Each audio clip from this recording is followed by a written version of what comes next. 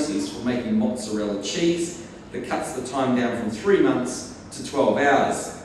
It's half a day from cow to pizza. We believe that the success, the know-how and the innovative thinking in our agricultural industries provides a massive opportunity for New Zealand, and that there is capacity for even bigger gains into the future. And because our agriculture industries has the scale, the market share and the supply chains to be truly competitive on the world stage, we believe the government has an important role in helping farmers make these gains. That's why this year, in the budget, we announced the Primary Growth Partnership. The PGP is aimed at driving innovation and doing things smarter right across the primary sector value chain, including education, research and development, product development, commercialisation, market development and technology transfer. PGP is a bigger commitment than the Fast Forward Fund when it replaces it. It is also less complicated. As David outlined yesterday, Budget 2009 provides $190 million of government funding over 4 years for PGP. It will start with $30 million this year, goes to $40 million next year, $50 million the year after that, rising to $70 million per year, ongoing from 2012-2013. Funding will be increased as industry shows capacity and the need to invest even more. With a matching commitment by industry, that's up to $140 million a year that will be invested. There will be 5 sections of funding, each proportioned a dedicated amount. The rest will be contestable. These sections are pastoral, including wool and arable production. Second is horticulture, the third is seafood, including aquaculture. The fourth is forestry and wood products, and finally food processing, including nutraceuticals. In addition to these 5 sections, $5 million will be proportioned for greenhouse gas research, and I want to talk a little bit more about that in a moment. So PGP is an ambitious project and is a true partnership between government and industry. Its priorities and strategic direction will be led by the industries that choose to be involved. The more that industry puts into each section, the more the government will fund it. Its success will be determined by how much you support it. So our challenge to you and to farmers all over the country is to get together and contribute to the fund. By working together, we have a better chance of developing the innovations we need, the aerial top dressing of tomorrow, to make the most of our commercial advantages, drive higher value products and boost farm returns in the years to come. An area where innovation will be increasingly important is our response to climate change, and I've spoken to many of you about that before.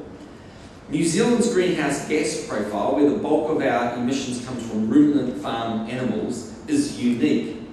If we can make real gains in reducing agricultural emissions, the payoff to farmers and New Zealand's economy will be, relatively speaking, much larger than for any other country. That's why we are taking climate change seriously, and that's why a major component of the PGP will be focused on tackling agricultural greenhouse gas emissions. We have always been clear that agriculture will be part of New Zealand's emissions reductions effort.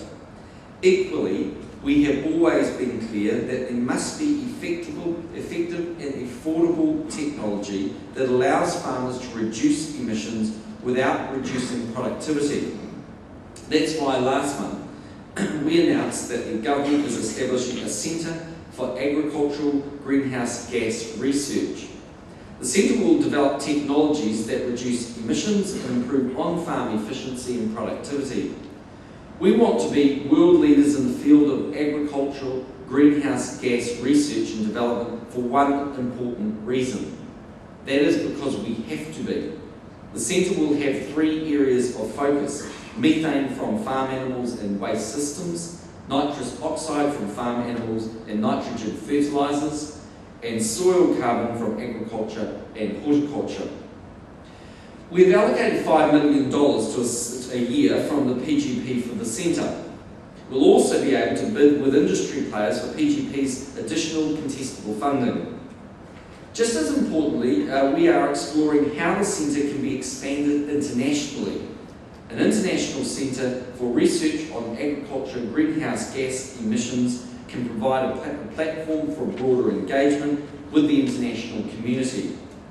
It can also allow New Zealand to make a vital contribution to the challenge of climate change. The centre will be a key part of our sensible, and I might add, pragmatic approach to responding to climate change. We need to make sure that our efforts to tackle emissions don't simply result in key sectors of our economy shutting down and exporting jobs overseas, and we have absolutely no intention of allowing that to take place. We need to balance our environmental responsibilities with our economic opportunities. Our review of the emissions trading scheme is firmly focused on this goal. As David Carter mentioned yesterday, the Select Committee reviewing the emissions trading scheme is due to report back to Parliament in the next month or so. In the meantime, the government has delayed some of the dates that the forestry sector had to meet under the current legislation. The review is very important and we await its findings with great interest. We have made it very clear that we want a more balanced emissions trading scheme than the one Labour put in place. It's also important that our ETS is well aligned with Australia to ensure that our businesses and our farmers and our consumers do not face a competitive disadvantage. While we wait for the Select Committee, the Minister for the Environment, Nick Smith, is kicking off a series of public meetings around the country on New Zealand's 2020 greenhouse gas emissions target. Setting a 2020 target for emissions reduction is an important part of our international obligations, and we'll need to report on those when we go to Copenhagen. We've already set a long-term goal of 50 by 50, reducing New Zealand's net emissions to 50% of our 1990 levels by 2050. Setting an interim target for 2020 requires careful consideration, especially in the recession. The target needs to be realistic and achievable and must be both environmentally effective and economically efficient. It's important that Federated farmers and your members have a say on the target by attending the public meetings and contributing to the process. The third area I want to emphasise today is even more important to farmers than innovation or climate change. It's our precious water.